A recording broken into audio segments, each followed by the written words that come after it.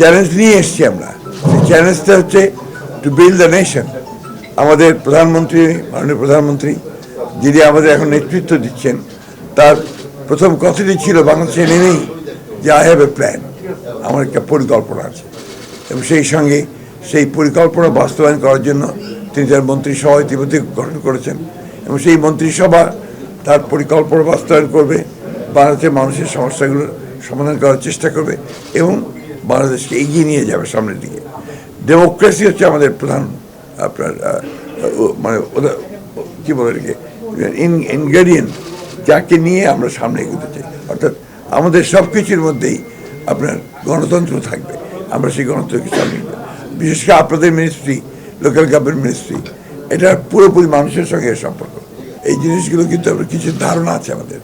আমি বিশ্বাস করি যে আপনাদের সহযোগিতায়, সকলের সহযোগিতায় আমরা এই মিনিস্ট্রিকে অত্যন্ত ডাইনামিক একটা মিনিস্ট্রিতে পরিণত করতে পারবো এবং মানুষের যে সমস্যাগুলো আছে সেই সমস্যাগুলো নিয়ে আমরা কাজ করতে পারবো।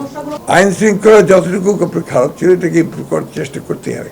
একটা বড় ঝড় গেছে আমাদের, একটা বিপ্লব হয়েছে, বিদ্রোহ হয়েছে, আপনার গণ অভ্যুত্থান হয়েছে। এই সব মুহূর্তের মধ্যে সব ঠিক হয়ে যাবে এটা মনে করার কারণে 1-1.5 বছর আমরা পার হয়েছি। আপনার একটা ইন্টারিম গভর্নমেন্ট, এরা একটা ইলেকশন দিয়ে গেছে, ইলেকশন করে একটা গভর্নমেন্ট হয়েছে, ইলেক্টেড গভর্নমেন্ট হয়েছে। এটা একটা বড় অ্যাচিভমেন্ট। আমি তো মনে করি যে that's also very big achievement, যে যতটুকু প্রয়োজন ছিল তারা সেই কাজ সিংহভাগ করতে পেরেছে। মূল সমস্যাটা কী ছিল?